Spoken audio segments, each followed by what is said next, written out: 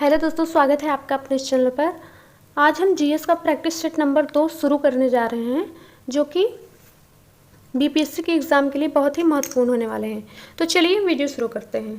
पहला प्रश्न है, वायसराय लॉर्ड कर्जन ने डैश में बंगाल का विभाजन किया था। तो जो बंगाल का विभाजन हुआ था उसकी घोषणा हुई थी 20 जुलाई 1905 को, और वह प्रभावी हुआ था 7 अगस्त 1905 को। और इसके फलस्वरूप एक आंदोलन की शुरुआत हुई थी और उसको बोला जाता है स्वदेशी आंदोलन। तो 1905 इसमें दिया है ऑप्शन नंबर बी में, तो ऑप्शन नंबर बी सही हो जाएगा। देखते हैं अगला प्रश्न। अगला प्रश्न है हमारा, निम्नलिखित में से किस नगर में स्वतंत्रता सेनानी चंद्रशेखर आजाद ने अंग्रेजों के द्वारा पकड़े जाने के बजाय स्वयं को गोली मार ली थी? पहला ऑप्शन है कानपुर, दूसरा है इलाहाबाद प्रयागराज, तीसरा है जबलपुर और चौथा है भोपाल। तो चंद्रशेखर आजाद ने जो गोली मारी थी खुद को, वह था जगह इलाहाबाद का प्रयागराज, और वह अल्फ्रेड पार्क के नाम से जाना जाता है। तो यहाँ पे ऑप्शन नंबर बी इलाहाबाद सही हो जाएगा। देखते हैं अगला प्रश्न। अगले प्रश्न पे आ जाते हैं। 1932 का पूना पैक्ट महात्मा गांधी और डैश के बीच एक समझौता था। पहला ऑप्शन है बाल गंगाधर तिलक, दूसरा है लॉर्ड इरविन, तीसरा है अरविंदो घोष और चौथा है बी.आर. अम्बेडकर। जो 1932 का पूना पैक्ट हुआ था वह महात्मा गांधी और बी.आर. अम्बेडकर के बीच हुआ था। तो बी.आर. अम्बेडकर इसमें ऑप्शन नंबर डी में दिया गया है, तो ये ऑप्शन नंबर डी सही हो जाएगा। देखते हैं अपना अगला प्रश्न। अगला प्रश्न है हमारा, सैयद राजवंश की स्थापना किसने की थी?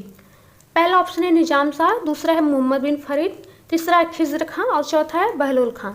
तो जो सैयद वंश की स्थापना किया था वह किए थे खिज़्र खां, ऑप्शन नंबर सी।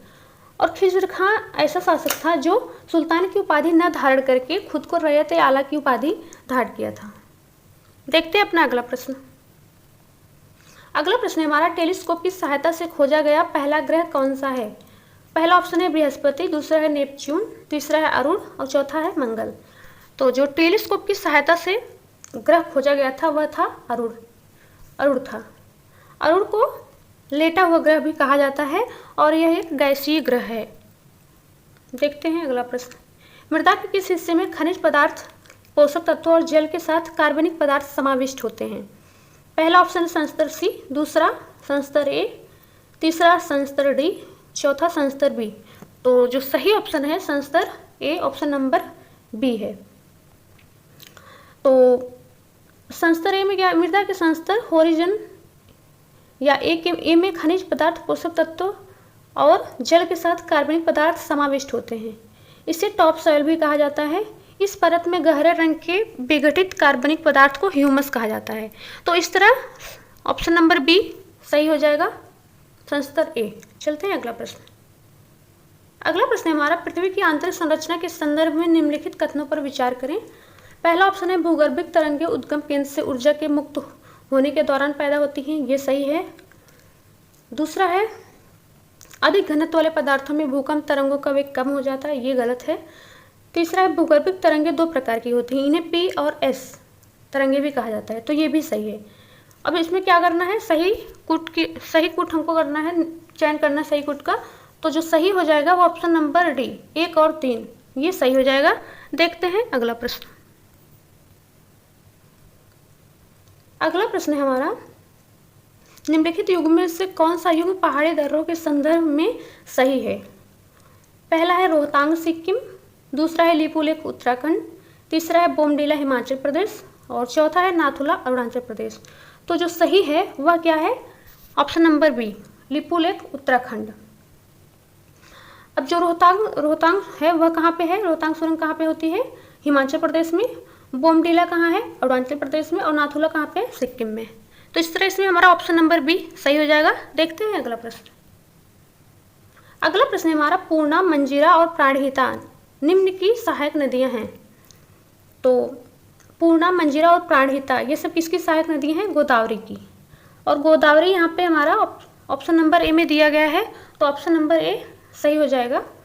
देखते हैं अगला प्रश्न।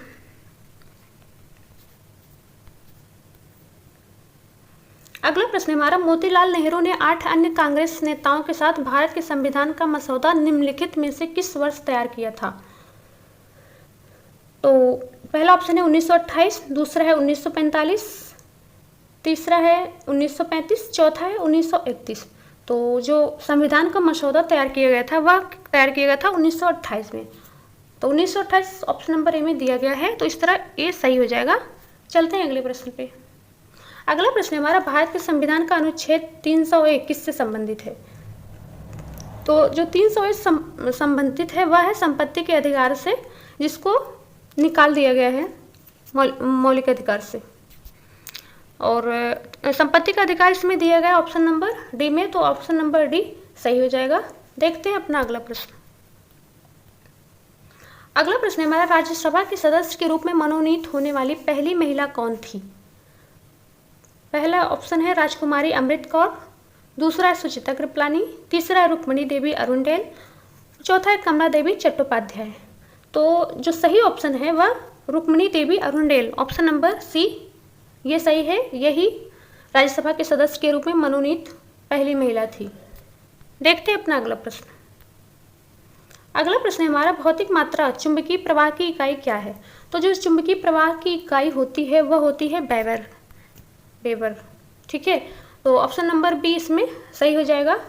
देखते हैं अपना अगला प्रश्न। अगला प्रश्न है हमारा, निम्नलिखित में से कौन सा ऊर्जा रूपांतरण है जो प्रकाश संश्लेषण नामक प्रक्रिया में होता है? तो प्रकाश संश्लेषण नामक प्रक्रिया में क्या होता है? प्रकाश ऊर्जा होती है और वो रासायनिक ऊर्जा में बदल जाती है। तो ऑप्शन नंबर सी, प्रकाश ऊर्जा से रासायनिक ऊर्जा, ये सही है। चलते हैं अगले प्रश्न पे। अगला प्रश्न देखते हैं, किसकी तरंग दैर्घ्य की सीमा 700 nm से 400 nm होती है? 700 nm से 400 nm होती है। पहला ऑप्शन है एक्स किरणें, दूसरा है दृश्य प्रकाश, तीसरा है सूक्ष्म तरंगे, चौथा है रेडियो तरंगे। तो जो सही ऑप्शन है ऑप्शन नंबर बी, दृश्य प्रकाश, इसी की तरंग दैर्घ्य 700 nm से 400 nm तक होती है। तो ऑप्शन नंबर बी सही हो जाएगा। देखते हैं अगला प्रश्न। अगला प्रश्न हमारा, निम्नलिखित में से कौन सा संबंधित विलयन और विलेय के बारे में सत्य नहीं है? तो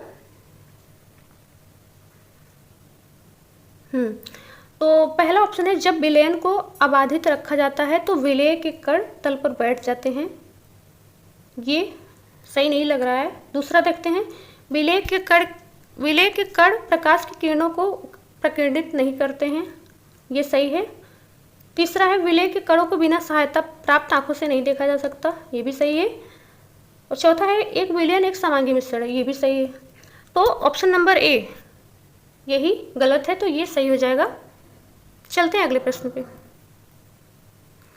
अगला प्रश्न हमारा, म्यूरिएटिक अम्ल क्लोराइड उर्वरक और रंगों के उत्पादन में, इलेक्ट्रोप्लेटिंग में, फोटोग्राफिक, कपड़ा और रबर उद्योगों में इस्तेमाल किए जाने वाले किस यौगिक का दूसरा नाम है?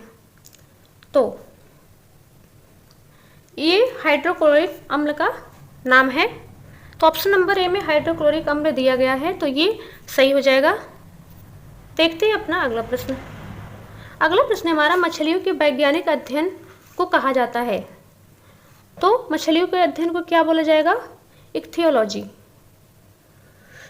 ऑप्शन नंबर डी में इक्थियोलॉजी दिया गया है, तो ये सही हो जाएगा। चलते हैं अगले प्रश्न पे। अगला प्रश्न हमारा, गाजर का नारंगी रंग निम्नलिखित में से किस एक की वजह से होता है? तो गाजर का जो नारंगी रंग होता है वह कैरोटीन की वजह से होता है। तो कैरोटीन यहाँ ऑप्शन नंबर बी में दिया गया है, तो ये ऑप्शन नंबर बी सही हो जाएगा। चलते हैं अपने अगले प्रश्न पे। अगला प्रश्न हमारा, मानव शरीर में बाल, नाखून और त्वचा की ऊपरी परत बनाने वाला प्रमुख पदार्थ कौन सा है? पहला ऑप्शन है केराटिन, दूसरा है लैमिनिन, तीसरा है कोलेजन और चौथा है फाइब्रोनेक्टिन। तो जो सही ऑप्शन है केराटिन, ये सही है। इसी के द्वारा बाल, नाखून और त्वचा की ऊपरी परत बनती है। ठीक है, देखते हैं अपना अगला प्रश्न। अगला प्रश्न हमारा, माही और सोम नदियों के संगम पर निम्नलिखित में से कौन सा उत्सव मनाया जाता है? तो इसमें क्या है? पहला ऑप्शन है सरहुल उत्सव, दूसरा है ट्यूलिप उत्सव, तीसरा है मरियम्मन उत्सव, चौथा है बनेश्वर उत्सव। तो ऑप्शन नंबर डी बनेश्वर उत्सव, ये सही हो जाएगा। और बड़ेश्वर उत्सव के बारे में थोड़ा जान लेते हैं। बड़ेश्वर मेला राजस्थान के डूंगरपुर में आयोजित होता है।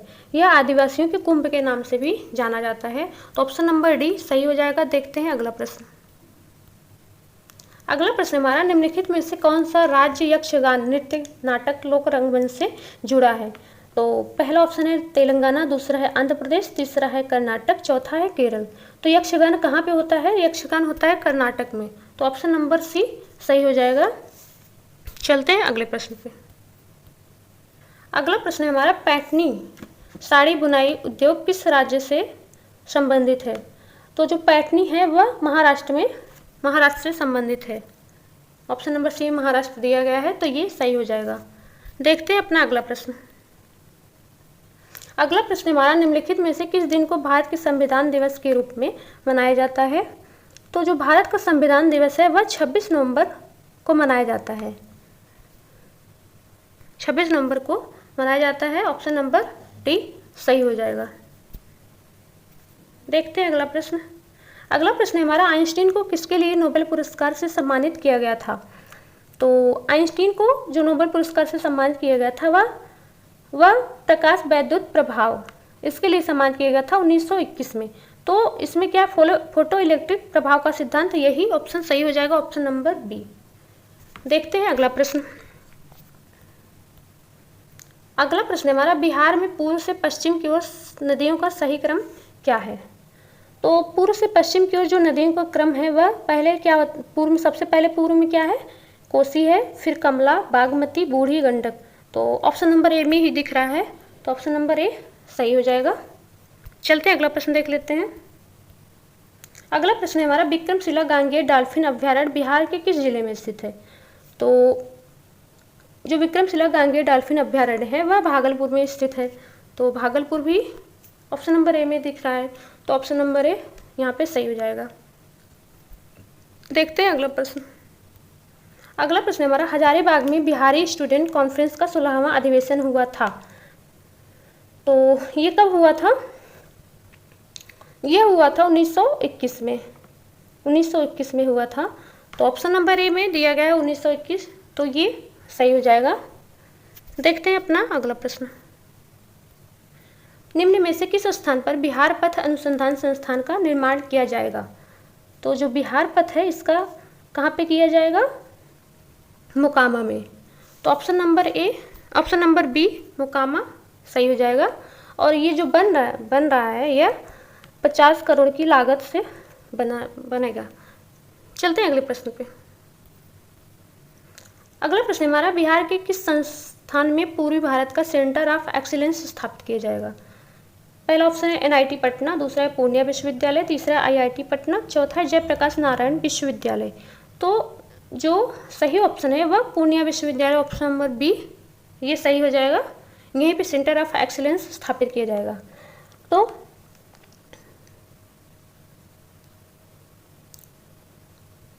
सॉरी, इसमें क्या है? ऑप्शन नंबर सी सही है। आईआईटी पटना में सेंटर ऑफ एक्सीलेंस स्थापित किया जाएगा। अब सही है। ठीक है, तो इस तरह आज हम 30 प्रश्नों को किए। इस तरह ये सीरीज हमेशा आती रहेगी। और उसके बाद अगर आप लोग को ये वीडियो पसंद आ रहे हैं तो इसको आप ज़्यादा से ज़्यादा शेयर करिए, लाइक करिए और चैनल को सब्सक्राइब कर लीजिए। मिलते हैं किसी दूसरे वीडियो में, तब तक के लिए धन्यवाद।